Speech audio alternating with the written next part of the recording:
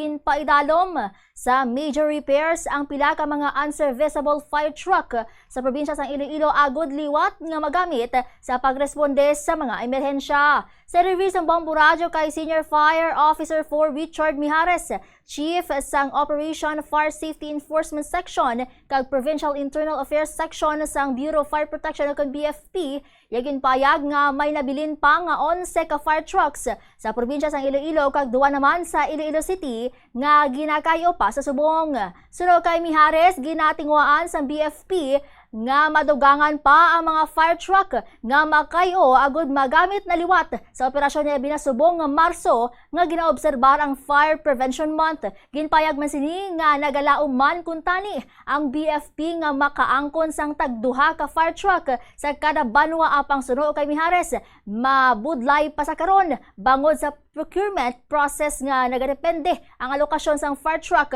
sa mag-aabot kag sa paghatagan sang national headquarters. Isa sa ginakabing nga mayor nga problema man sa mga fire truck amo ang water pump kung sa diin amo sini ang nagakalaguba o kung nagakalaguba na bangod sang kadugayon na o kung kalawigon na sa paggamit. Dugang pa ni Mijares nga hindi lamang sa pagpalong sang kalayo nagatapos ang responsibilidad sang Bureau of Fire Protection bangod lakip man sa ilabuluaton amo ang pagpalapnag sang impormasyon kag fire safety awareness sa komunidad agud malikawan ang mga nagkalain-lain nga trahedya o kung insidente ilabi na sa sunog. Even daw nga masiling naton nga hindi man ni adlaw may sunog kita pero if comes kang sakuna hindi lang abi ang aton fire truck ginagamit naton sa sunog lang gid, di ba? May ara kita nga mga other